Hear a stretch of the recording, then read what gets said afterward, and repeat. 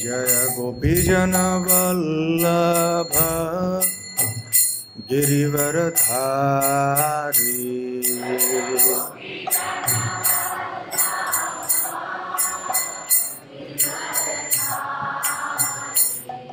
जय गोपीजन वल्लभ गिरिवरधारी।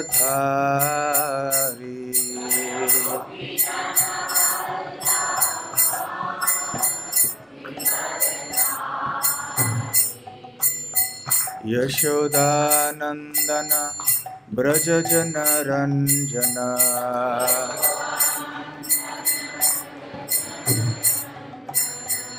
यशोदानंदन ब्रज जन रंजन।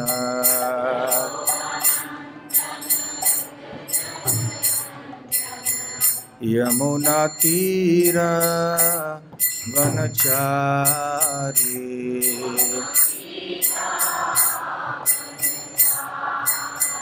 यमुना तीर वनचारी।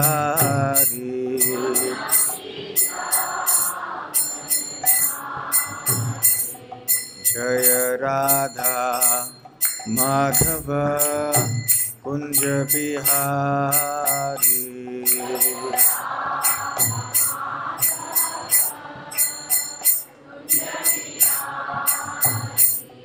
जय श्री कृष्ण चैतन्य प्रभु नित्यानंद।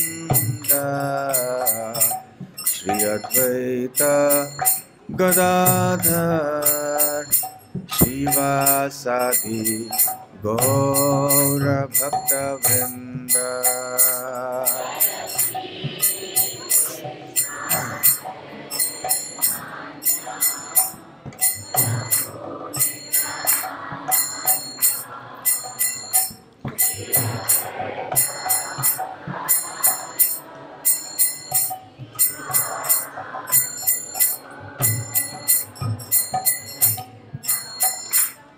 हरे कृष्ण कृष्ण कृष्ण हरे हरे, हरे राम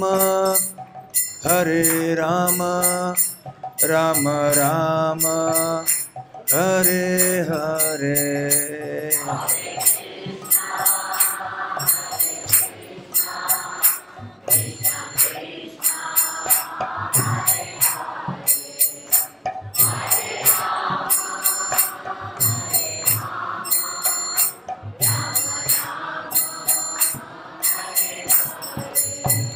हरे कृष्ण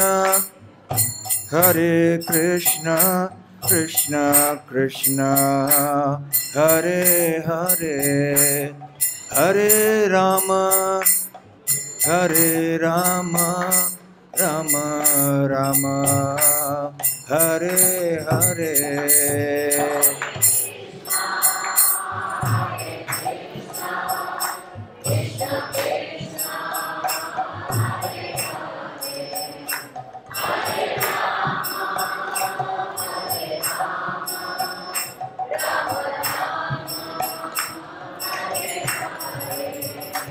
हरे कृष्ण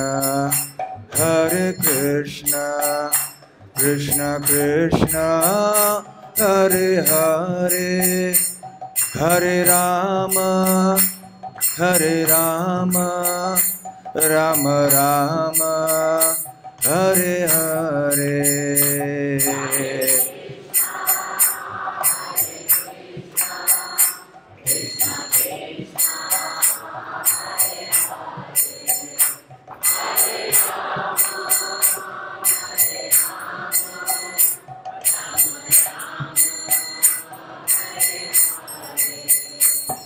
जय कृष्ण बलराम जय कृष्ण बलराम, जय कृष्ण बलराम जय कृष्ण बलराम।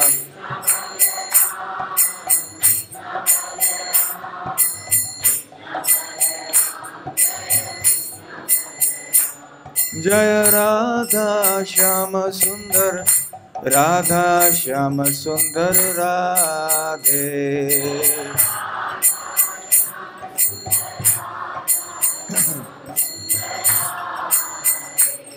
जय गौरानिताय जय गौरानिताय जय गौरानिताय जय गौरानिताय।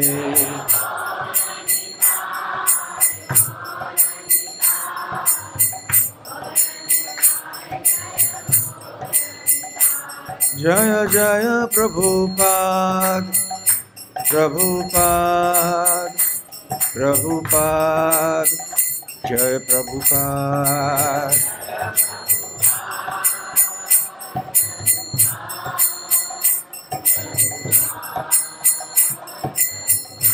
निताय गौर हरि बोल हरि बोल हरि बोल निताय गौर हरि बोल।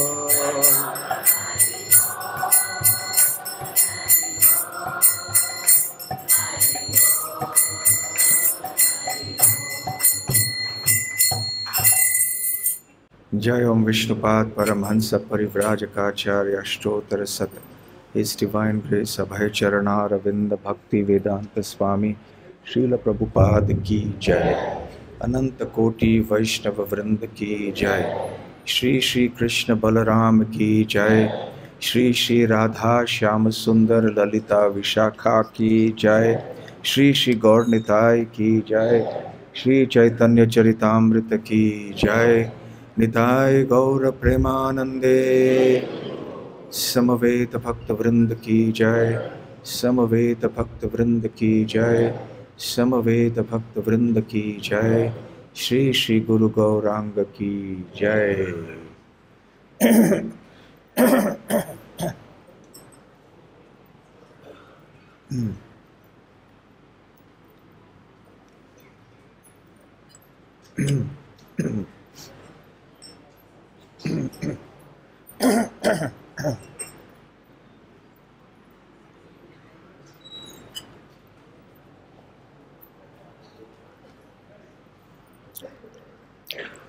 ओम नमो भगवते वासुदेवाय। ओम नमो भगवते वासुदेवाय। ओम नमो भगवते वासुदेवाय। नारायणं नमस्कृत्य नरं चैव नरोत्तमं देवीं सरस्वतीं व्यासं ततो जयमुदीरयेत्। नष्टप्रायेष्वभद्रेषु नित्यं भागवत सेवया भगवत्युत्तमश्लोके भक्तिर्भवति नैष्ठिकी।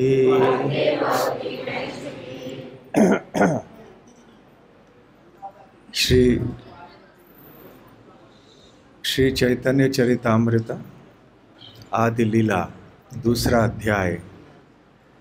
पूर्ण पुरुषोत्तम भगवान श्री चैतन्य महाप्रभु। श्लोक संख्या 53।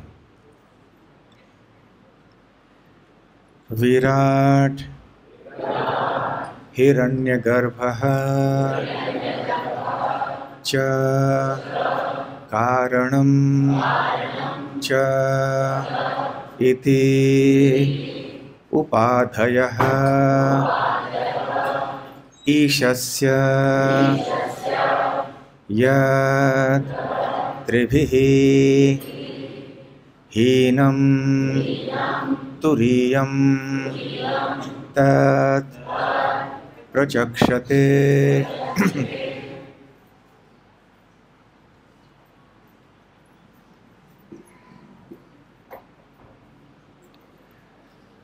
विराट हिरण्यगर्भश्च कारणं चेत्युपाधयः ईशस्य यत् गलत यहाँ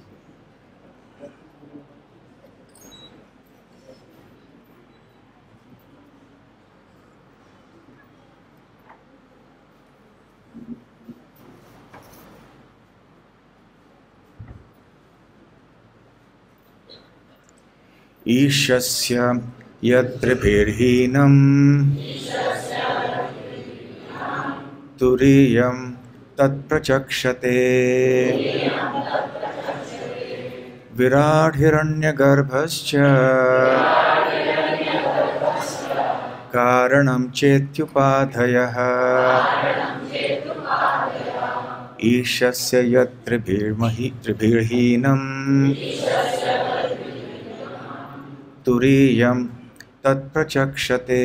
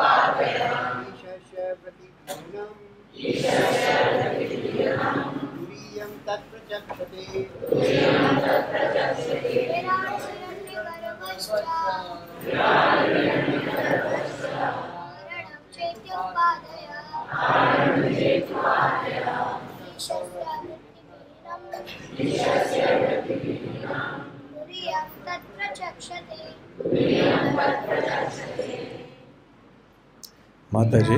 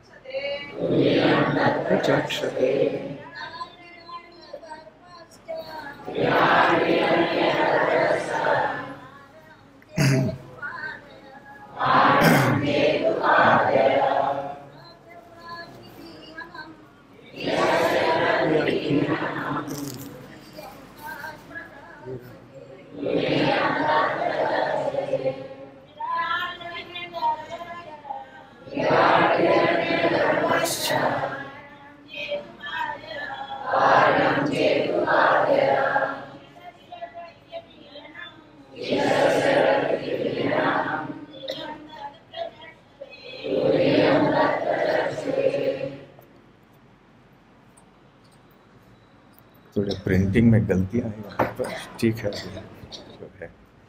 बीबीटी के कोई हैं क्या यहाँ पर? विराट विराट सृष्टि हिरण्यगर्भः हिरण्यगर्भ सृष्टि च और कारणम कारण सृष्टि च तथा इति इस प्रकार उपाधयः विशिष्ट उपाधियां ईशस्य भगवान की यत वह जो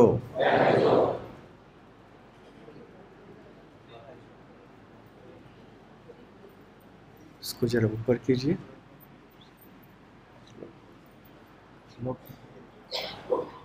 श्लोक दिखाइए।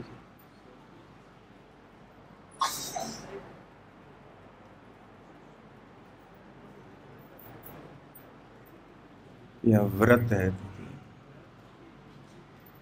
यह त्रिभिर होना चाहिए, ठीक है। त्रिभिः ये तीन, हीनम बिना, तुरीयम चौथी, तत् वह, प्रचक्षते मानी जाती है। अनुवाद और तात्पर्य श्रील प्रभुपाद द्वारा। अनुवाद। भौतिक जगत में भगवान की उपाधियां विराट, हिरण्यगर्भ तथा कारण हैं। किंतु वे इन तीन उपाधियों से परे अंततो गत्वा चतुर्थ आयाम तुरीय में रहते हैं। तात्पर्य: परम पूर्ण का घटनामय प्राकट्य विराट, हर वस्तु के तात्विक आत्मा हिरण्यगर्भ तथा कारण या कारण प्रकृति, ये उन पुरुषों की उपाधियों के अतिरिक्त कुछ भी नहीं हैं जो भौतिक सृष्टि के लिए उत्तरदायी हैं। दिव्य स्थिति इन उपाधियों से परे है, अतएव वह चतुर्थ आयाम की स्थिति कहलाती है। यह है श्रीमद् भागवत के एक श्लोक 11वें स्कंद के 15वें अध्याय के 16वें श्लोक पर श्रील श्रीधर स्वामी द्वारा की गई टीका से लिया गया है।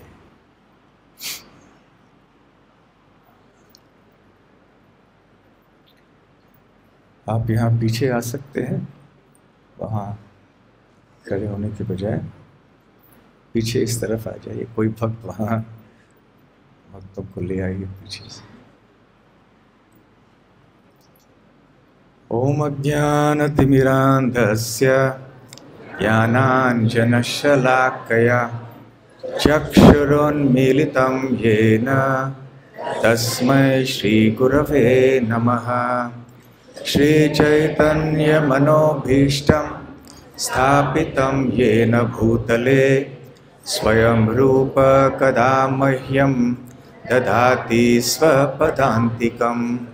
वन्देऽहं श्रीगुरो श्रीयुतपदकमलं श्रीगुरून् वैष्णवांश्च श्रीरूपं साग्रजातं सहगणरघुनाथान्वितं तं सजीवं साद्वैतं सावधूतं परिजनसहितं कृष्णचैतन्यदेवं श्रीराधाकृष्णपादां सहगणललिता श्रीविशाखान्वितांश्च। नमो विष्णुपादाय कृष्णप्रेष्ठाय भूतले श्रीमते भक्तिवेदान्त स्वामिनिति नामिने। नमस्ते सारस्वते देवे गौरवाणी प्रचारिणे निर्विशेष शून्यवादी पाश्चात्य देशतारिणे। मुखं करोति वाचालं पंगुं लंघायते गिरिं यत्कृपातमहं वन्दे श्रीगुरून् दीनतारणं। वाञ्छाकल्पतरुभ्यश्च कृपा सिन्धुभ्य एव च पतितानां पावनेभ्यो वैष्णवेभ्यो नमो नमः। नमो महावदान्याय कृष्णप्रेमप्रदायते कृष्णाय कृष्णचैतन्य नाम्ने गौरत्विषे नमः। पञ्चतत्त्वात्मकं कृष्णं भक्तरूपस्वरूपकं भक्तावतारं भक्ताख्यं नमामि भक्तशक्तिकम्। आराध्यो भगवान् व्रजेशतनयस्तद्धाम वृन्दावनम्। रम्या काचिदुपासना व्रजवधूवर्गेण या कल्पिता। श्रीमद्भागवतं प्रमाणममलं प्रेमापुमर्थो महान्। श्रीचैतन्यमहाप्रभोर्मतमिदं तत्रादरः न परः। हे कृष्ण करुणा सिंधो दीनबंधो जगत्पते गोपेश गोपिका कांत राधा कांत नमोस्तुते। तप्त कांचन गौरांगी राधे वृंदावनेश्वरी वृषभानुसुते देवी प्रणमामि हरिप्रिये। जय श्री कृष्ण चैतन्य प्रभु नित्यानंद श्री अद्वैत गदाधर शिवासादि गौर भक्त वृंद। हरे कृष्णा कृष्णा कृष्णा हरे हरे हरे राम राम राम हरे हरे। जय जय श्री चैतन्य जय नित्यानंद।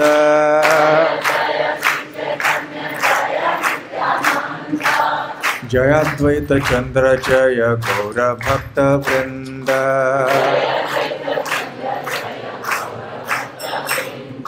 जय जय श्री चैतन्य जय नित्यानंद।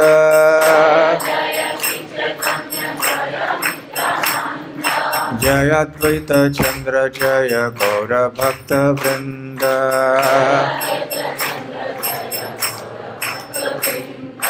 जय जय श्री चैतन्य जय नित्यानंद।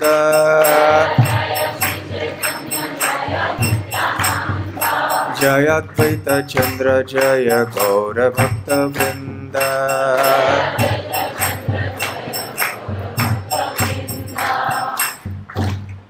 हरे कृष्णा।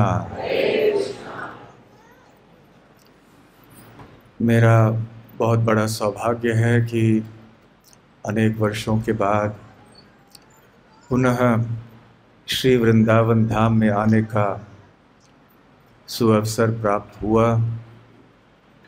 श्री श्री कृष्ण बलराम, श्री श्री राधा श्याम सुंदर, श्री श्री गौर निताय, श्रील प्रभुपाद का दर्शन प्राप्त हो पाया और आप सबका संग भी प्राप्त हो पाया।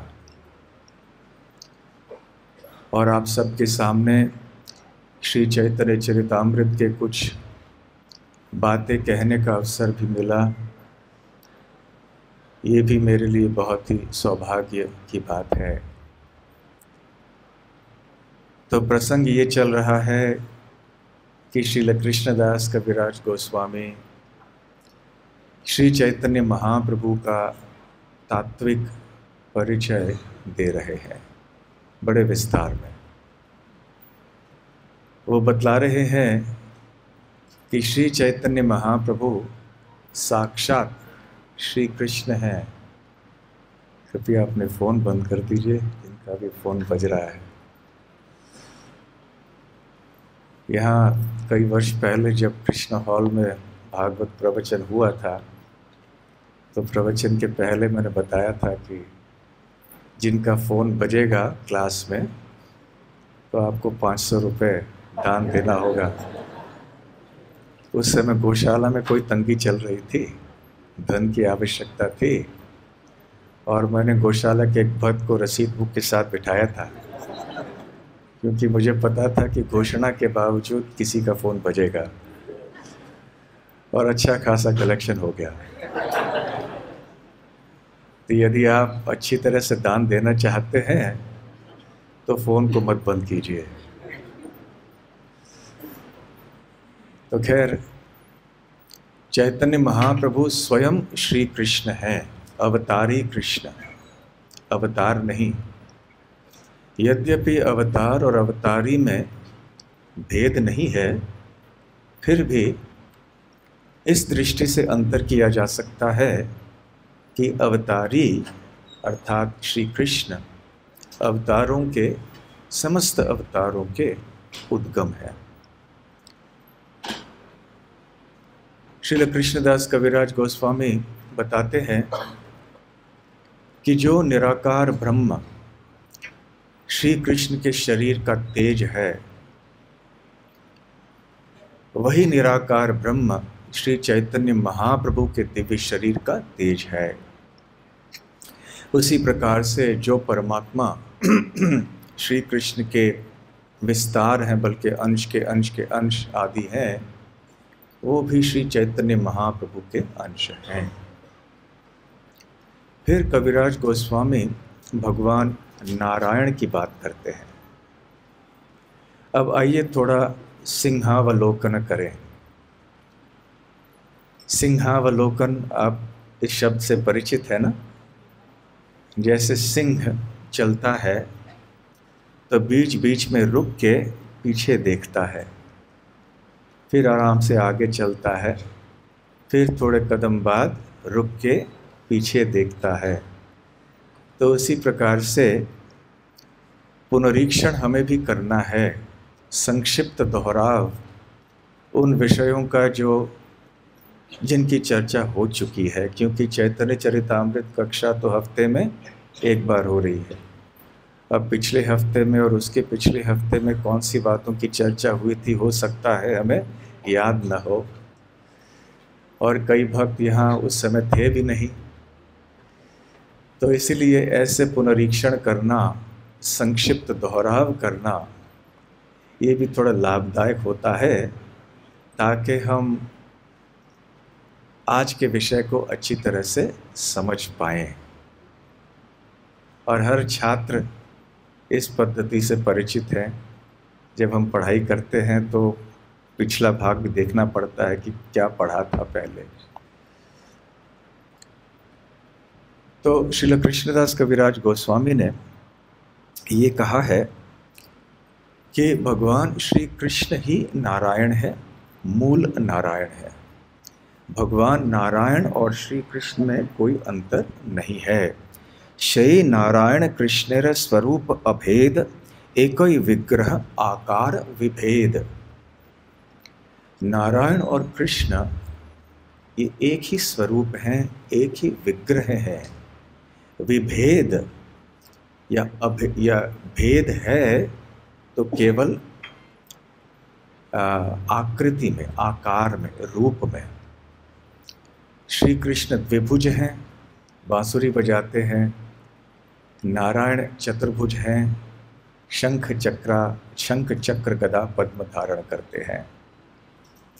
और फिर इस बात को और सिद्ध करने के लिए, कुछ प्रमाण रखने के लिए, श्रील कृष्णदास कविराज गोस्वामी ब्रह्मा जी की बात करते हैं। कल हम लोग वत्सवन गए थे, सारे ब्रह्मचारी मिलकर गए थे वहाँ वत्सवन में, जहाँ पर ब्रह्मा जी ने श्री कृष्ण के ग्वाल बाल मित्रों को और उनके बछड़ों को चुरा लिया था और छुपा दिया था। तो जब ये ब्रह्म विमोहन लीला, जब ये लीला समाप्त हुई, जब ब्रह्मा जी को पता चला कि वास्तव में ये जो ग्वाल बाल है, गोपाल, ये साक्षात भगवान है, नारायण के भी उद्गम हैं, तो क्षमा याचना करने भगवान श्री कृष्ण के सामने आए और भगवान की सुंदर स्तुति भी उन्होंने की। तो दशम स्कंद के 14वें अध्याय में ये सुंदर स्तुति ब्रह्मा जी की पाई जाती है। तो अपने शब्दों में, फिर से फ़ोन बज रहे हैं, कहाँ से बज रहे हैं, आप कृपया चेक कर लीजिए, आप देख लीजिए, आपके जेब में बटुए में जो फ़ोन है देख लीजिए। तो ब्रह्मा जी को बड़ा पछतावा हुआ और वो आए श्री कृष्ण के सामने। अब श्री कृष्ण देखिए वृंदावन के भाव में है, उन्होंने अपना ऐश्वर्य प्रकट तो कर दिया, 1 साल तक उन्होंने प्रकट किया था, लेकिन अब जब ब्रह्मा जी क्षमा याचना करने आए तो भगवान कृष्ण इस तरह से बर्ताव कर रहे थे कि मानो उनको पता ही नहीं है कि ब्रह्मा जी क्या बोल रहे हैं। आप किनकी स्तुति कर रहे हैं? मैं तो ग्वाल बाल हूँ, तो आप मुझे नारायण कह के संबोधित कर रहे हो, मैं तो वो नारायण नहीं हूँ। तो ऐसे जब कहते हैं, ब्रह्मा जी उनका गुणगान करते हैं, भगवान का उनको नारायण कहते हैं, तो कविराज गोस्वामी कहते हैं, कृष्ण कहे न ब्रह्मा तुम्हार पिता नारायण, आमे गोप तुम्ही कैसे आमार नंदन। कहते अरे ब्रह्मा, ये नारायण तो आपके पिता है, आपके पिता नारायण है, क्योंकि ब्रह्मा जी कह चुके हैं श्री कृष्ण से कि हे प्रभु, मैंने आपके चरण कमलों में बहुत सारे बड़े बड़े अपराध किए, कृपया क्षमा कर दीजिए मुझे, क्योंकि मेरा जन्म आपके नाभि से हुआ था, कमल पुष्प के ऊपर। आप ही मेरे पिता हैं, आप ही मेरे माता हैं, और इसलिए मैं आपका पुत्र हूँ। और माता पिता अपने बच्चों के अपराध को गंभीरता से नहीं लेते हैं, तो कृपया आप भी मेरे इस अपराध को क्षमा कर दीजिए और मेरे ऊपर कृपा कीजिए। तब ऐसे कृष्ण कहते हैं, अरे ब्रह्मा, तुम्हारे पिता नारायण, मुझे क्यों पिता बुला रहे हो भाई? आपके पिता तो नारायण है और मैं आमी गोप, मैं तो गोप हूँ, ग्वाल बाल हूँ। तो फिर आप मुझे आपका मेरा पुत्र क्यों कह रहे हैं? तो ब्रह्मा जी भी भक्त हैं, अभी अच्छी तरह से समझ गए हैं। ब्रह्मांड के सबसे पहले दीक्षित भक्त हैं, सबसे पहले ब्राह्मण हैं, ब्रह्मांड के भीतर सबसे बड़े विद्वान हैं। और देखिए, फिर भी भ्रमित हो गए श्री कृष्ण के सामने। कल हम वत्सवन में ये चर्चा कर रहे थे कि ब्रह्मा जैसे परम विद्वान भी भगवान श्री कृष्ण के ऐश्वर्य और माधुर्य का समन्वय नहीं कर पाए, क्योंकि उनके मन में कल्पना थी कि भगवान ये बहुत ऐश्वर्यशाली व्यक्ति हैं, षडैश्वर्यों से संपन्न हैं। जब वृंदावन में श्री कृष्ण को लीला करते हुए देखा तो वो भ्रमित हो गए कि ये कैसे भगवान हो सकते हैं। तो ये माधुर्य और ऐश्वर्य का समन्वय जब ब्रह्मा जी नहीं कर पाते हैं तो साधारण व्यक्ति भले कैसे कर पाएंगे। तो फिर ब्रह्मा जी तो विद्वान हैं, तो कहते हैं नहीं, मैं आपको प्रमाण दूंगा, मैं आपको ये साबित करके दूंगा कि आप ही नारायण हैं।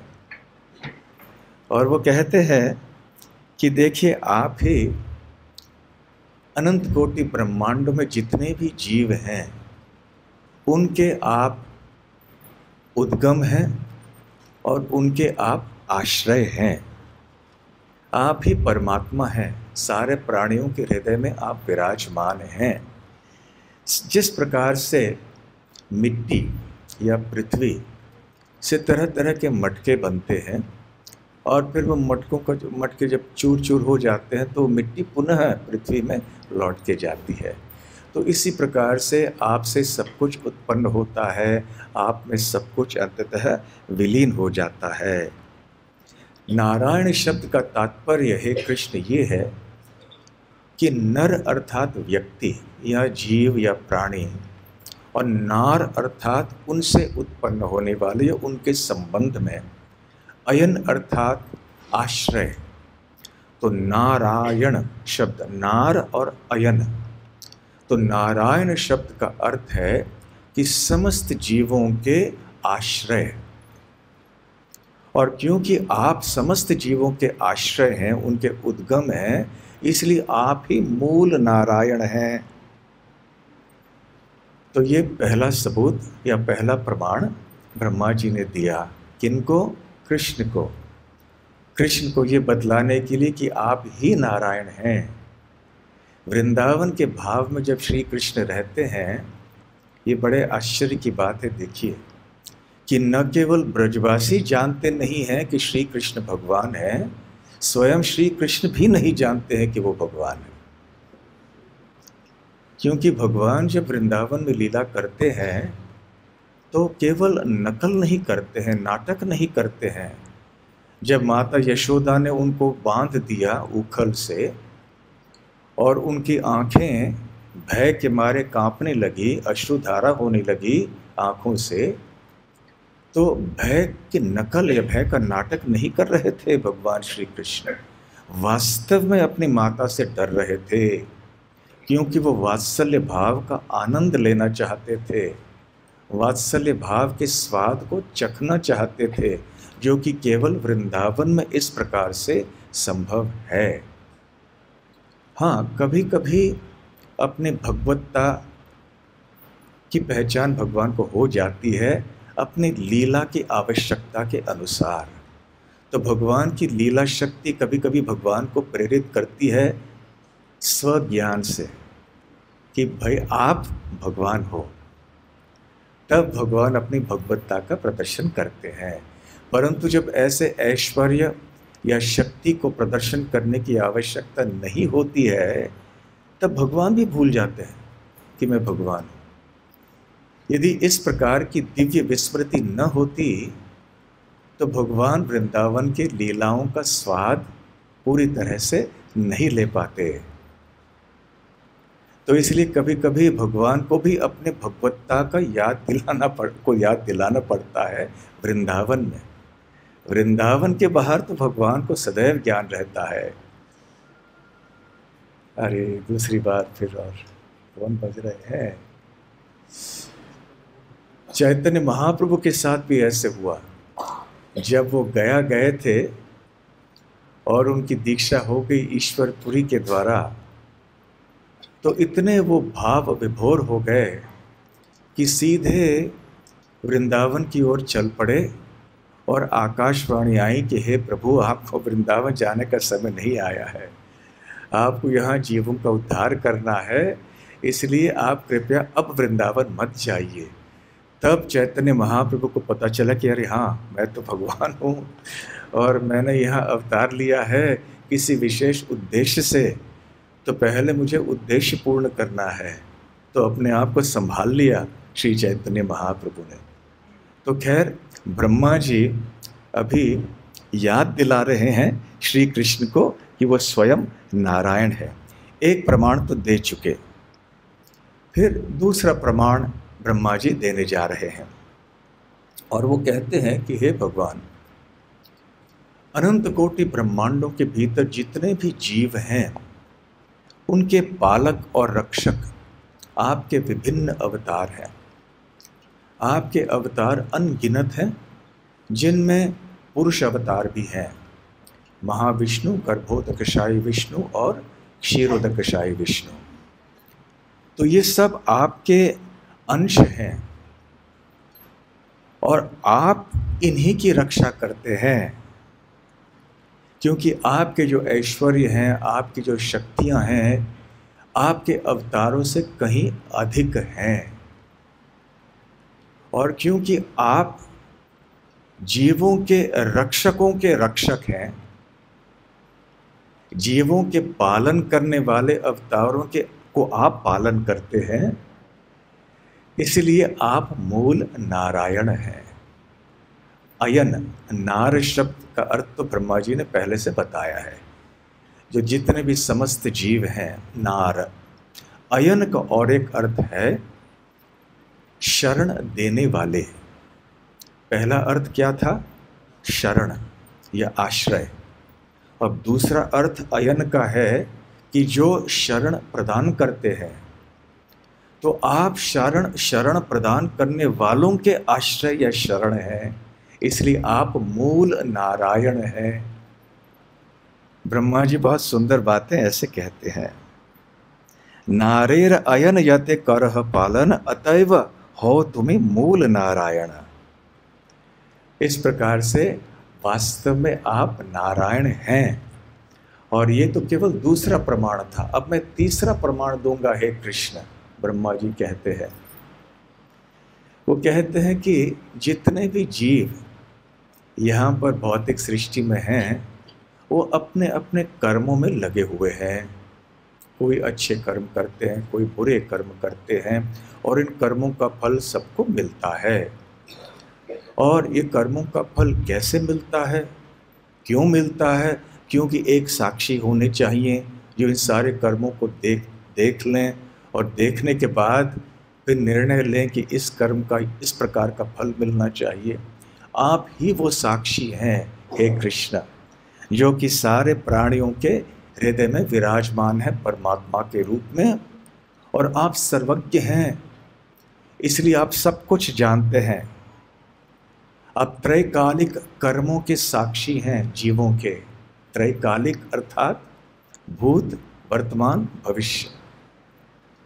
प्रत्येक जीव ने जो भूतकाल में क्या किया है, वर्तमान काल में वो क्या कर रहे हैं, और भविष्य काल में वो क्या करने जाएंगे या करेंगे, इस सब का ज्ञान आपको है।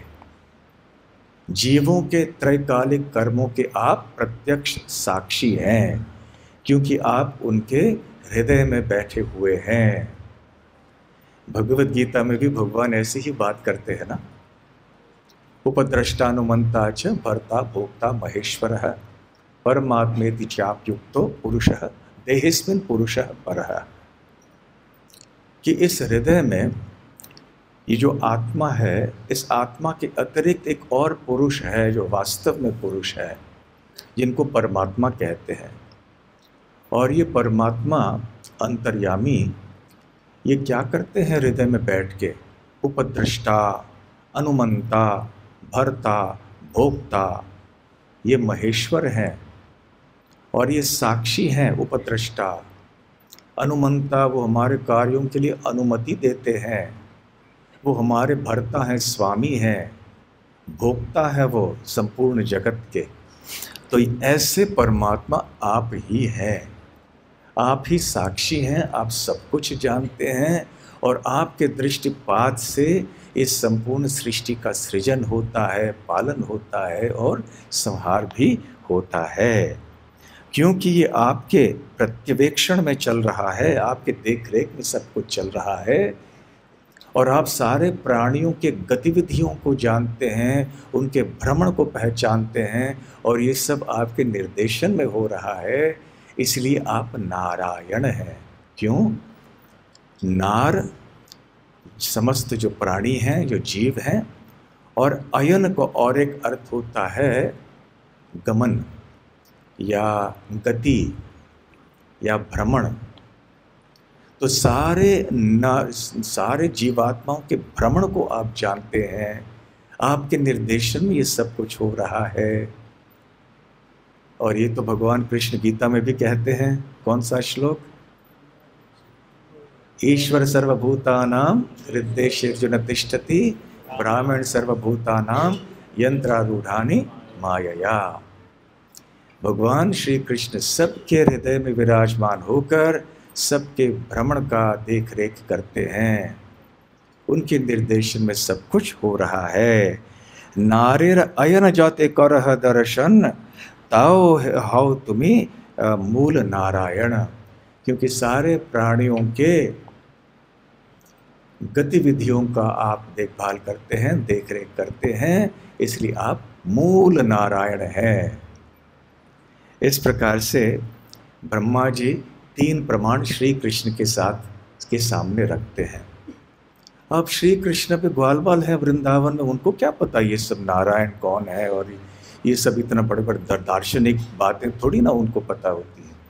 वो तो गायों को चराते हैं और क्रीड़ा करते हैं, जंगल में जाके गोपियों के साथ में रमण करते हैं। तो कृष्ण ब्रह्मा जी से कहते हैं, अरे ब्रह्मा जी, आप जो कह रहे हो मुझे कुछ समझ में नहीं आ रहा है। कैसी बातें आप करते हो? मैं नारायण? भाई नारायण कौन होता है? जीव हृदय, जीवों के हृदय में स्थित होने वाले व्यक्ति को नारायण कहते हैं। जले वैश्य, जो कारण सागर में शयन करते हैं, उनको नारायण कहते हैं। और मैं कहाँ यहाँ, वो कहाँ भगवान नारायण, और मैं यहाँ गोप वृंदावन में रहने वाला। तो आप किस तरह से मुझे नारायण बुला रहे हैं? तो फिर ब्रह्मा जी कहते हैं कि हे प्रभु, मैंने जो बात कही है ना, बिल्कुल सही है। देखिए, ये 3 पुरुष अवतार होते हैं। ये जो नारायण हैं, ये आपके अंश हैं। सृष्टि का सृजन करने वाले जो 3 पुरुष हैं, उनमें से सबसे पहले जो होते हैं महाविष्णु। और ये महाविष्णु नारायण के अंश हैं और नारायण आपके अंश हैं।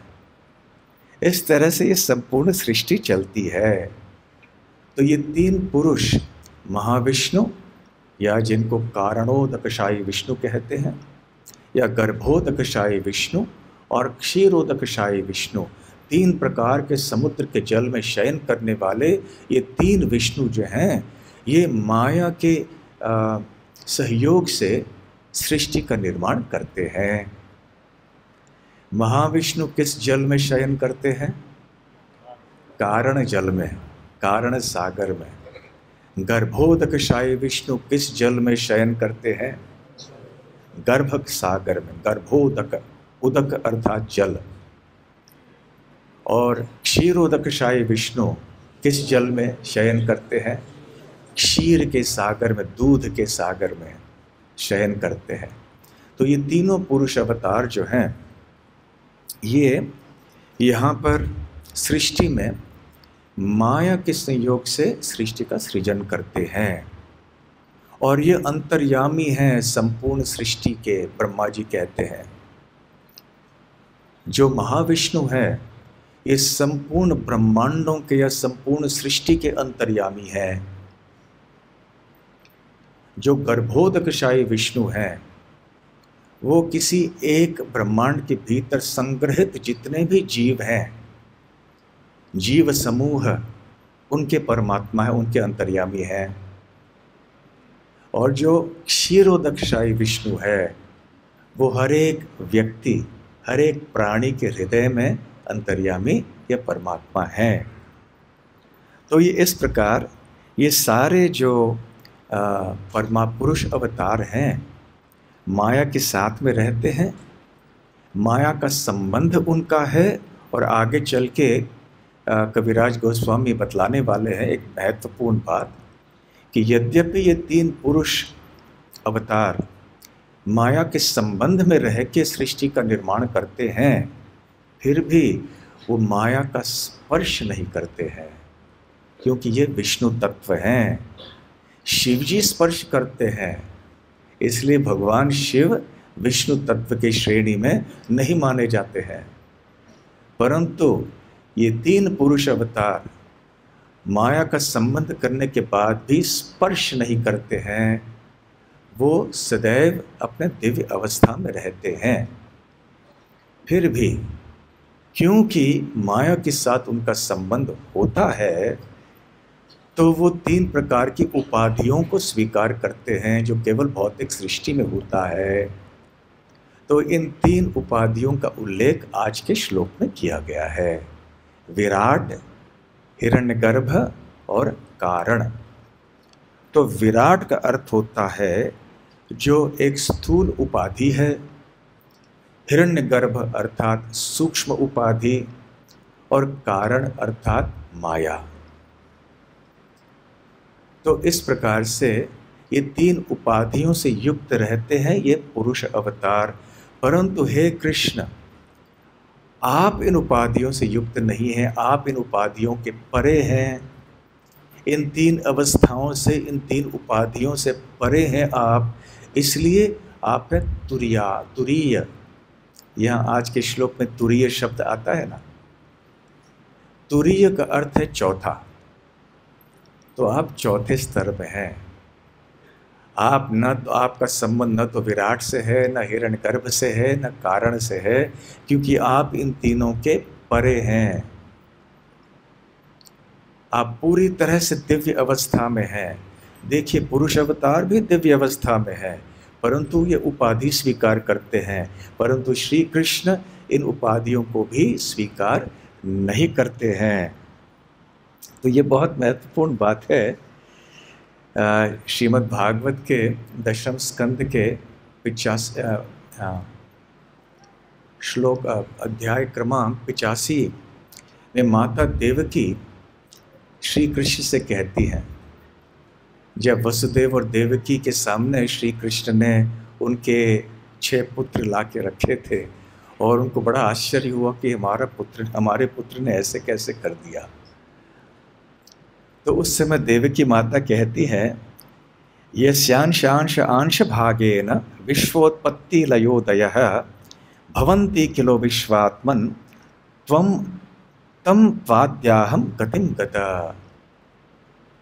वो कहती हैं कि हे विश्व के आत्मा, अपने पुत्र का संबोधन इस प्रकार से करती है क्योंकि अब उनका जो मीठा वात्सल्य भाव शिथिल हो चुका है, क्योंकि भगवान कृष्ण ने ऐसे अद्भुत कार्य कर दिखाए, तो अभी वो वात्सल्य भाव कमज़ोर होकर अब वो अपने पुत्र को भगवान मान रही हैं और कहती हैं कि हे विश्वात्मन, संपूर्ण विश्व के आत्मा, ये जो विश्व की उत्पत्ति होती है, लय होता है और इसका पालन होता है, यस्य अंश अंश अंश भागेन,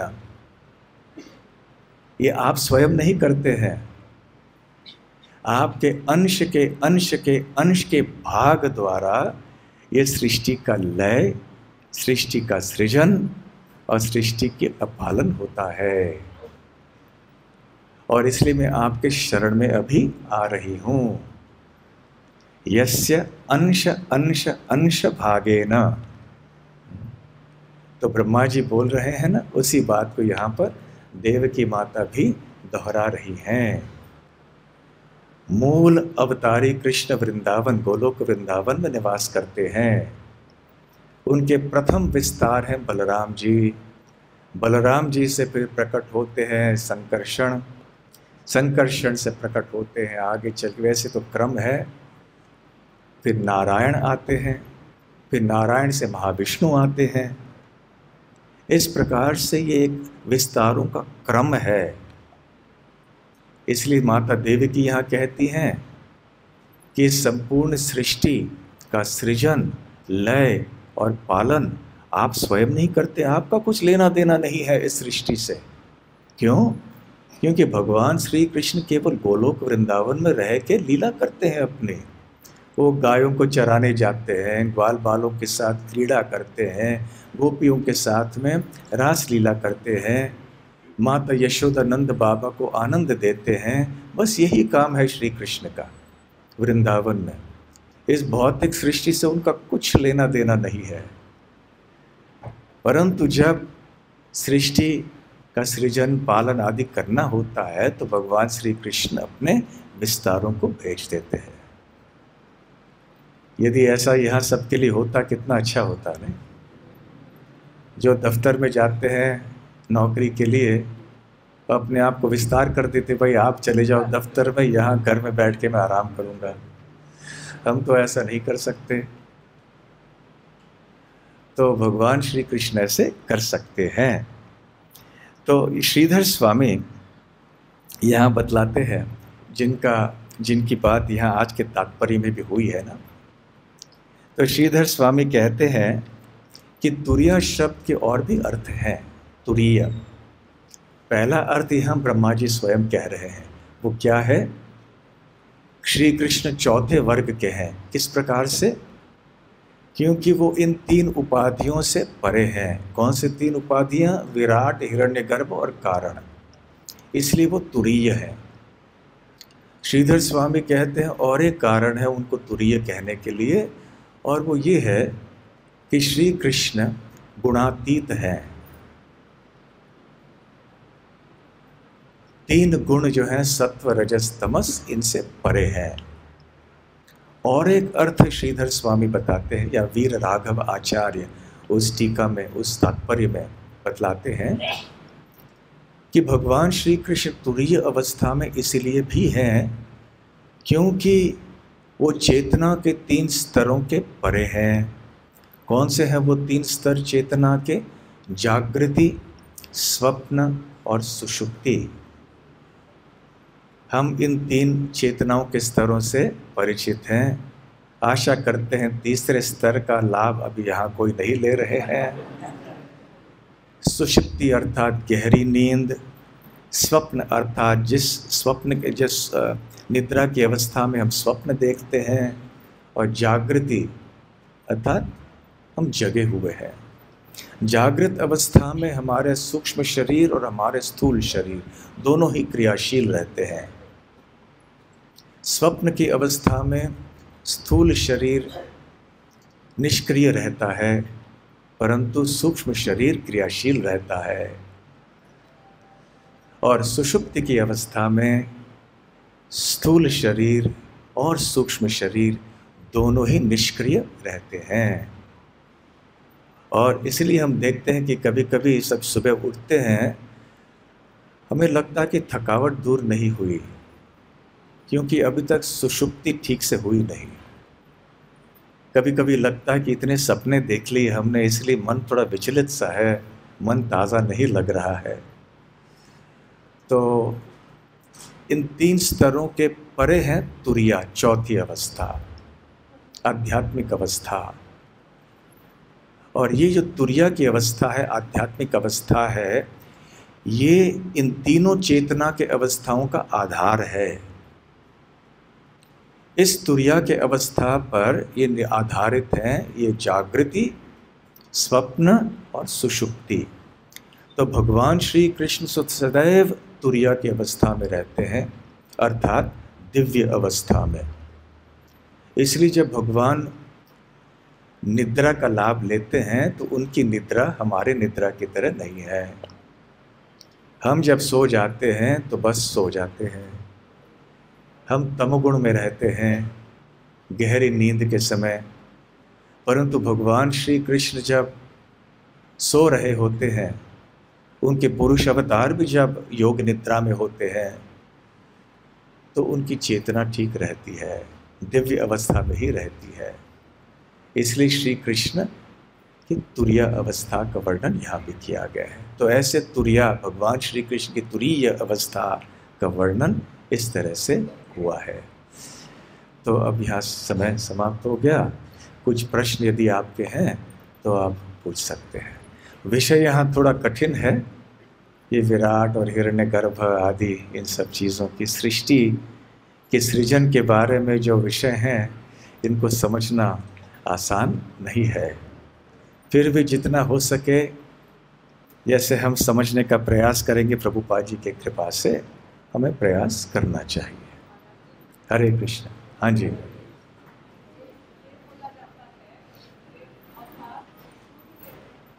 अवतार, अच्छा, प्रश्न ये है कि ऐसे बताया जाता है कि हर अवतार विष्णु ही लेते हैं। हाँ, ये सही है, क्योंकि और ये आगे चर्चा होगी भी शायद आगे चल के, शायद जहाँ तक मुझे याद है आगे चल के भी इस विषय का उल्लेख होगा। ये कहना भी गलत नहीं है कि सारे अवतार विष्णु से आते हैं, क्योंकि जितने भी अवतार हैं वो अंततः क्षीरोदकशायी विष्णु के माध्यम से यहाँ पर प्रकट होते हैं। इसलिए ये कहना भी गलत नहीं है कि ये सारे अवतार विष्णु से प्रकट होते हैं। और वैसे भगवान विष्णु और कृष्ण में तो कोई अंतर नहीं है, एक ही विग्रह है, केवल आकार में विभेद है। हाँ जी, जरा माइक है क्या? एक मिनट।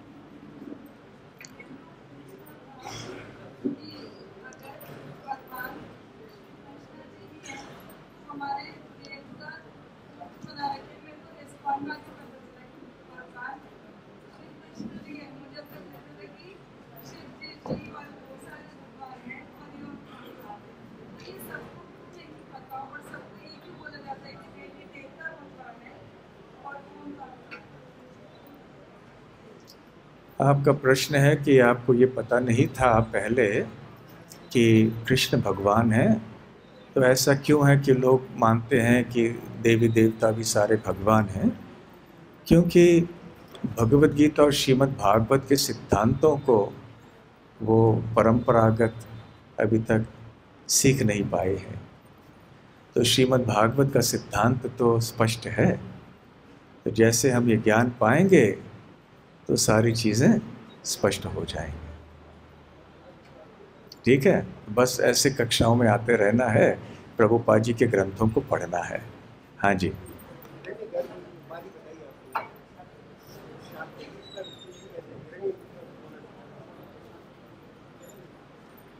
प्रश्न ये है कि हिरण्यगर्भ शब्द का प्रयोग यहाँ किया गया है, तो इसका तात्पर्य क्या है? क्योंकि हिरण्य अर्थात सोना, स्वर्ण, और अंड अर्थात अंडा, तो हिरण्यगर्भ के कई अर्थ हो सकते हैं। हिरण्यगर्भ गर्भोदकशायी विष्णु है, और हिरण्यगर्भ ब्रह्मा जी भी हैं। हिरण्यगर्भ सूर्यदेव भी हैं, मार्तंड, क्योंकि वो भी सृष्टि के पालन आदि में, संहार में कार्यरत रहते हैं। तो ये है हिरण्यगर्भ। संक्षेप, क्योंकि ये सब चमकता हुआ है ना, तेजस्वी है ये। जब इसका सृजन होता है तो ये तेजस्वी होता है, इसके कारण ये हिरण्य कहलाता है। ठीक है, हाँ,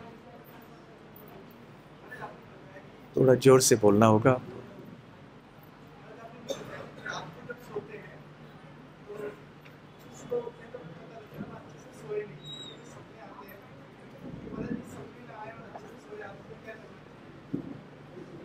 सपने अच्छे सोए हुए आदमी को क्या करना चाहिए?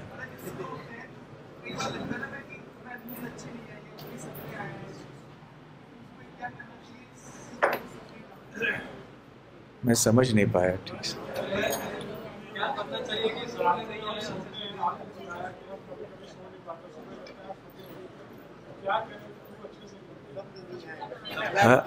हरे कृष्ण जप करो, हरे कृष्ण। देखो सब बैठते हैं, जप करते करते सो जाते हैं ना, तो अच्छी तरह से जप करो, मन शांत रहेगा ना, फिर जाके नींद अच्छी आएगी। जो भी दिन के तरह तरह के विचार आते हैं मन में ना, ये इसने ऐसे किया, उन्होंने ऐसे किया, ये मुझसे ऐसे कह दिया, जप करने से हृदय धुल जाएगा। तो ऐसे साफ हृदय से फिर आराम से नींद आ जाएगी। ठीक है, तो बहुत समय हो गया, प्रसाद का समय भी हुआ। हाँ जी, हाँ जी, एक प्रश्न कर माइक से। हरे कृष्ण महाराज। महाराज जी, आपने बताया कि भगवान श्री कृष्ण की जो शक्तियां हैं वो मतलब नारायण से भी जो है ज्यादा पावरफुल है, मतलब ये इसको कैसे समझें?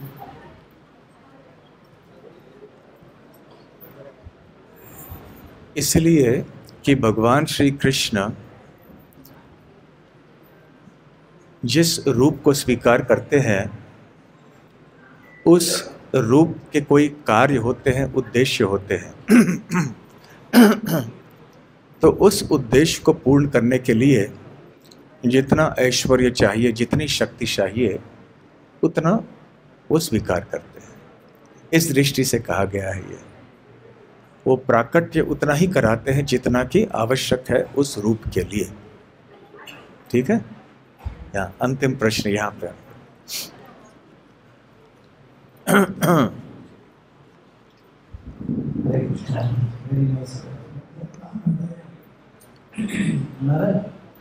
आपने बताया कि स्वयं भगवान को पता नहीं होता है कि वो भगवान है, तो केवल वृंदावन में तब उनकी जो शक्ति है जो भगवान को ये भुला देती है, तो फिर भगवान कैसे रिलेट कर पाते हैं वो शक्ति से, या अपने आप की ओरिजिनल अवस्था से? भगवान की शक्तियाँ भगवान की सेवा में सदैव तत्पर रहती हैं, बिल्कुल अलर्ट, सक्षम रहती हैं। जैसे जैसे वो देखती हैं कि अभी लीला के लिए ये आवश्यक है कि भगवान श्री कृष्ण की भगवत्ता का ज्ञान होना कृष्ण के लिए आवश्यक है, तो तुरंत उनको ज्ञान दे देती है। इस प्रकार से भगवान श्री कृष्ण की लीलाओं का पोषण होता है, उनको और मधुर किया जाता है। हाँ, नहीं सेक्रेटरियल वर्क, हाँ समझ लीजिए, जो भी समझ लीजिए, परंतु ये सहायक है। जितने भी शक्तियां हैं श्री कृष्ण की लीला में, सारे सहायक हैं। ठीक है, हरे कृष्णा। हाँ,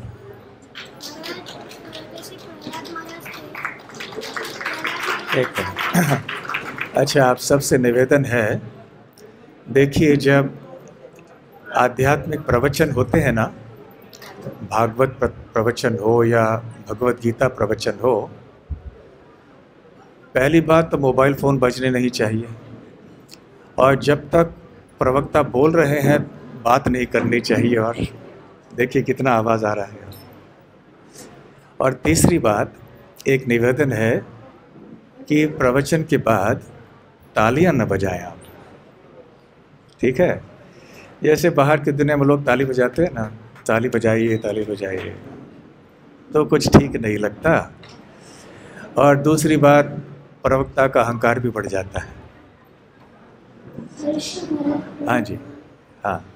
हमारे मेरे क्वेश्चन था कि जैसे प्रहलाद महाराज के हर जगह बता रहे हैं कि भक्ति करनी चाहिए, तो प्रहलाद महाराज भी मतलब असुर परिवार में उन्होंने जन्म लिया था, फिर भी वो इतने बड़े भक्त बने भगवान की और बहुत सुंदर प्रार्थना करते हैं। वाम राजा प्रभवई शतमोदिके जाता सरतनु कुले तवानुकंपा ना ब्राह्मणो न वेश्य न वेदमाया। ये बताते हैं, प्रहलाद महाराज हमें बता रहे हैं कि मतलब जो आपने ब्रह्मा जी पर और जो रमे अर्थात लक्ष्मी जी हैं उन पर भी अपना इस कमल जैसा हाथ नहीं रखा और आपने मेरे पर रख दिया। पर आजकल वो तो असुर परिवार में थे, फिर भी वो भगवान की भक्ति में इतने निपुण हो गए, पर हम तो चाहे ब्राह्मण परिवार में भी हो फिर भी हम बॉस बनना चाहते हैं। ये भावना कैसे है? अभी जो कर रहे हैं वही करते रहना, बस सब ठीक हो जाएगा। ऐसे श्लोकों को कंठस्थ करते रहो, ऐसे ही हरे कृष्ण महामंत्र का जप करो, भक्तों के संग में रहो और सेवा करो, सब कुछ हो जाएगा। ठीक है। श्रील प्रभुपाद की जय, श्री चैतन्य चरितामृत की जय, श्री वृंदावन धाम की जय, गौर प्रेमानंदे। हरि हरि बोल। हरे कृष्णा।